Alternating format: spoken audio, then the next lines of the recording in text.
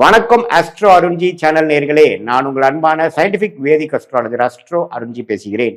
நல்லது நினைப்போம், நல்லதே நடக்கும். இந்த வீடியோவில் நம்ம என்ன பார்க்க போறோம்னா, கன்னி ராசிக்காரர்களுக்கு தமிழ் புத்தாண்டு 2026 எத்தகைய ஒரு ஆண்டாக இருக்க போகிறதுன்னு துல்லியமாக பார்க்க போறோம். இப்ப பாருங்க, ஏப்ரல் 14ஆம் தேதி ஸ்டார்ட் ஆகக்கூடிய அந்த தமிழ் புத்தாண்டு அடுத்த வரோட ஏப்ரல் 13, 2027 வரைக்கும் தமிழ் புத்தாண்டு இருக்கிறது. அதுல கன்னிராசிக்காரர்களுக்கு எத்தகைய ஒரு தாக்கங்கள் இருக்க போகுதுங்கிறது சயின்டிபிக் வேதிக் அஸ்ட்ராலஜி முறையில எதையும் மிகைப்படுத்தாமல் உள்ளது உள்ளவாறு அறிவியல் சார்ந்த கலையாக பரிகாரங்கள் அது மாதிரி மூட நம்பிக்கையில போகாமல் துல்லியமாக பார்க்க போறோம். இப்ப கன்னிராசிக்கு பாத்தீங்கன்னா 10ஆம் இடத்துல குரு இருக்கிறார், 7ஆம் இடத்துல சனி இருக்கிறார், ராகு 6ஆம் இடத்திலும் கேது 12ஆம் இடத்திலும் இருக்கிறார். இப்ப இப்படி இருக்கக்கூடிய சஞ்சாரம் பாத்தீங்கன்னா தமிழ் புத்தாண்டு ஸ்டார்ட் ஆகிறப்பவே பாத்தீங்கன்னா ஓரளவுக்கு பரவாயில்லை, பிரச்சனைகளை சமாளிக்கக்கூடிய அளவுக்கு இருக்கு. ஆனா ஜூன் 1ஆம் தேதி 2026 அப்புறம் தமிழ் புத்தாண்டு பிறந்து ஒரு 1.5 மாசத்துக்கு அப்புறம் பாத்தீங்கன்னா குரு வந்து 11ஆம் இடங்கிற லாபஸ்தானத்துக்கு அருமையான ஸ்தானத்துக்கு உச்சம் பெறுகிறார். ஸோ அது மிகவும் நல்ல ஒரு விஷயம். கடந்த ஒரு வருடமாக நீங்க போட்ட உழைப்பு, என்னென்ன விஷயங்கள் நீங்கள் செய்தீர்களோ, வேலை, இன்வெஸ்ட்மெண்ட்ஸ், வீடு கட்டுறது, அது பண்றது, தொழில விருத்தி பண்ண ட்ரை பண்றது, இன்வெஸ்ட்மெண்ட் பண்றது, ஸ்டாக் மார்க்கெட்டு, வெளிநாடு விஷயங்கள், என்னென்ன முயற்சிகள் நீங்க வாழ்க்கையில ஜெயிக்கணும், உங்க ஃபேமிலியை வந்து அடுத்த லெவலுக்கு கொண்டு போகணும்னு நினைச்சு நீங்க பல முயற்சிகள் செய்திருப்பீர்கள். அந்த முயற்சிகள்லாம் வெற்றியடையக்கூடிய ஒரு அமைப்பு இந்த ஜூன் 1ஆம் தேதி 2024 குரு பெயர்ச்சி 11ஆம் இடங்கிற லாபஸ்தானத்துக்கு அருமையான ஒரு பூர்த்தி ஸ்தானத்துக்கு உச்ச குரு வருவது 12 வருஷத்துக்கு ஒரு தரைங்கிறது நீங்க மறந்துடக்கூடாது. ஸோ இந்த ஜூன்ல இருந்து அடுத்த வரக்கூடிய ஏப்ரல் புத்தாண்டு முடிகிற வரைக்கும் ஒரு அருமையான டைம். கன்னிராசிக்காரர்களுக்கு இதுவரை திருமணம் நடைபெறாமல் இருக்கக்கூடிய கன்னிராசி பெண்ணா இருந்தாலும் சரி, ஆணா இருந்தாலும் சரி, இந்த நேரத்தில் உங்களுக்கு அந்த தசாபுக்திகள் வறுமையானால் கண்டிப்பாக ஒரு அருமையான திருமணம் நடக்கும். அதே சமயத்தில் குழந்தை பேர் எதிர்பார்க்கிறவங்களுக்கு ஒரு ஃபேமிலி எக்ஸ்டென்ஷன், ஃபேமிலியில ஒரு நல்ல ஒரு விஷயங்கள் நடந்து ஒரு குழந்தை பேரு பெற்று குடும்பமே ஒரு சுபிக்ஷம் அடையக்கூடிய அமைப்பு. ஏன்னா 11ஆம் இடங்கிறது லாபஸ்தானம், பூர்த்தி ஸ்தானம், ஒரு விஷயம் நடந்து முடியக்கூடிய ஒரு அற்புதமான ஒரு ஸ்தானங்கிறத நீங்க தெரிஞ்சுக்கணும். ஸோ இந்த விஷயத்தை நீங்க நல்லாவே நீங்க யூஸ் பண்ணிக்கணும். ஸோ ஜூனுக்கு அப்புறம் நல்ல விஷயங்கள் நடக்கக்கூடிய அமைப்புகள் இருக்கு. அதுக்கப்புறம் பாத்தீங்கன்னா டிசம்பர் 6ஆம் தேதி ராகு கேது பெயர்ச்சி இருக்கிறது. ராகு பாத்தீங்கன்னா 6ஆம் இடத்துல இருக்கக்கூடிய ராகு 5ஆம் இடத்துக்கும் 12ஆம் இடத்துல இருக்கக்கூடிய வந்து 11ஆம் இடம் லாபஸ்தானத்துல போய் குருவோட சேர்றார். ஸோ குருவோட கேது சேருவது அருமைதான். ஏன்னா ராகு கேதுகள் எப்பவுமே ஒரு உச்ச குருவின் பார்வைக்குள்ளேயோ சேர்க்கைக்குள்ளேயோ வராரோ அந்த ராகு கேதுகள் நன்மையை கொடுக்கக்கூடிய கிரகமாக, சுப கிரகமாக மாறி கோச்சாரத்துல நல்ல சப்போர்ட் கொடுப்பார். ஸோ கண்டிப்பாக இந்த டிசம்பருக்கு அப்புறம் இன்னுமே சில பண வரவுகள், சில நல்ல யோகங்கள் உள்ள ஒரு ஜாதகங்களாக இருக்கக்கூடிய கன்னிராசிக்காரர்களுக்கு இந்த ராகு கேது பெயர்ச்சி டிசம்பர்ல நடக்கிறதும் ஒரு அற்புதமான ஒரு பலனை கொடுக்கும். ஸோ எப்படி பார்த்தாலும் கன்னிராசிக்காரர்களுக்கு கடந்த 3 வருஷம் 2023, 24, 25 எல்லாத்தையும் கம்பேர் பண்ணும் பொழுது இந்த 26 ஏப்ரலுக்கு அப்புறம் வரக்கூடிய அந்த புத்தாண்டுல குறிப்பா சொல்லணும்னா ஜூன் 2026 இருந்து அந்த குரு பெயர்ச்சி நல்ல ஒரு கோச்சாரத்துல நல்ல ஒரு தாக்கத்தை,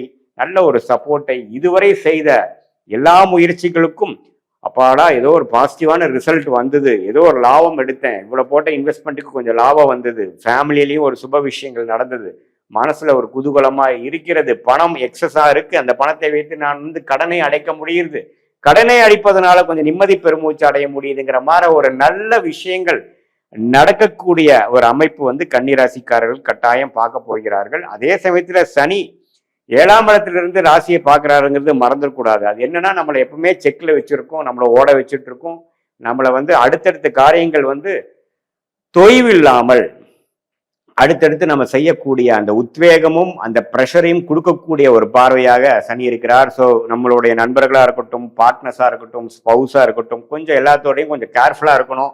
நாம நினைக்கிறதெல்லாம் இப்படிதான்ட்டு நம்ம ஓப்பன் டாக்கா பேசணும்னா அது சம்டைம்ஸ் வேற மாதிரி போகும். சில சமயோஜிய புக்தியோட இடம் பொருள் ஏவல் பார்த்து நம்ம கரெக்டான ஒரு முறையில நம்ம கன்னிராசிக்காரர்கள் பேசும் பொழுது 11ஆம் இடத்தில் இருக்கக்கூடிய உச்ச குருவும் 11ஆம் இடத்துல இருக்கக்கூடிய கேது 5ஆம் இடத்துல இருக்கக்கூடிய ராகும் நல்ல பலன்களை கொடுப்பார். குழந்தைக்காக கொஞ்சம் மெனக்கெடுவதல், குழந்தைகளுக்காக சில இன்வெஸ்ட் பண்றது, படிப்புக்கு விஷயத்துக்காக செலவு பண்றது, அது மாதிரி சில விஷயங்கள் இந்த ராகு 5ஆம் இடத்துல இருந்து குரு பார்வை பெறும் பொழுது கொடுக்கும். குழந்தைங்களால நற்செய்தி, குழந்தைகளுக்கு ஒரு நல்ல கல்யாணம் பண்ணி பார்க்கறது, அது மாதிரி நல்ல விஷயங்கள், புத்திர பேரு எதிர்பார்க்கிறவங்களுக்கு புத்திர பேரு கிடைக்கிறது, நம்மளால குழந்தை இல்லைங்கிறப்ப இந்த கரெக்டா அந்த குரு பயிற்சி அப்போ குழந்தை பெறுவது, இது மாதிரி ட்ரீட்மெண்ட்ல போறவங்களுக்கு எல்லாம் பாத்தீங்கன்னா ஜூனுக்கு மேல ஒரு நல்ல அமைப்பு கன்னிராசிக்கு வருது. அது உத்திர நட்சத்திரமா இருந்தாலும் சரி, சித்திரை நட்சத்திரமா இருந்தாலும் சரி, அஸ்த நட்சத்திரமா இருந்தாலும் சரி, நல்ல பலன்களை கொடுக்கக்கூடிய ஒரு அற்புதமான அமைப்பு வந்திருக்குங்கிறது தெரிஞ்சுக்கணும்.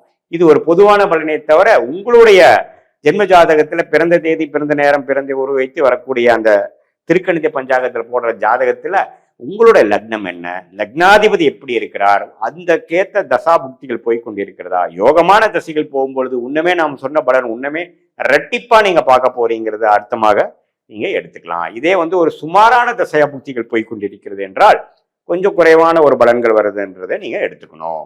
இது மாதிரி ஒரு அமைப்புகள் போய்கொண்டிருக்கக்கூடிய அந்த கன்னிராசிக்காரர்களுக்கு நம்ம துல்லியமான பலன்கள் உங்களோட ஜாதகத்தை போட்டு தசாபுக்தில் வைத்து பார்க்கும் பொழுது வரக்கூடிய ஷார்ட் டேர்ம் எப்படி இருக்கு, அடுத்து வரக்கூடிய லாங் டேர்ம் எப்படி இருக்கு அப்படிங்கிறதை தெரிந்து அதுக்கு தகுந்த மாதிரி முடிவுகளை தக்க நேரத்தில் நம்ம எடுக்கும் பொழுது தேவையற்ற சமய விரயங்கள், தேவையற்ற பண விரயங்களை தவிர்க்க முடியும் என்பதை நீங்கள் தெரிந்து கொள்ள வேண்டும். உங்களுக்கு பிடித்தமான யோகமான வேலை தொழில் என்ன, எது மாதிரியான துறையில போனா நம்ம ஜெயிக்க முடியும், எது மாற டைம்ல நம்ம வேலை மாறலாம், எது மாற டைம்ல நம்ம பிசினஸ் அபிவிருத்தி பண்ணலாம், எந்த நேரத்துல கடன் அடைக்க முடியும், எந்த நேரத்துல இருந்து இந்த பிரச்சனையிலேருந்து மீண்டு வர முடியும், எந்த நேரத்துல வெளிநாடு போக முடியும், எந்த நேரத்துல நம்மளோட வெளிநாட்டுல இருந்து உள்நாட்டுக்கு போக முடியும், தொழிலா வேலையா, நமக்கு தொழில் யோகமாக இருக்குதா அல்லது வேலை தான் நமக்கு கரெக்டா, எது மாதிரி ஃபியூச்சர் நமக்கு இருக்குதுங்கிறத உங்களுடைய தசாபுக்திகள் வைத்து 9 கிரகமும் 12 கட்டத்தில் 27 நட்சத்திரத்துல எப்படி படர்ந்து இருக்கிறார்களே தெரிந்து சயின்டிபிக் வேதிக் அஸ்ட்ராலஜி முறையில துல்லியமான பலன்கள்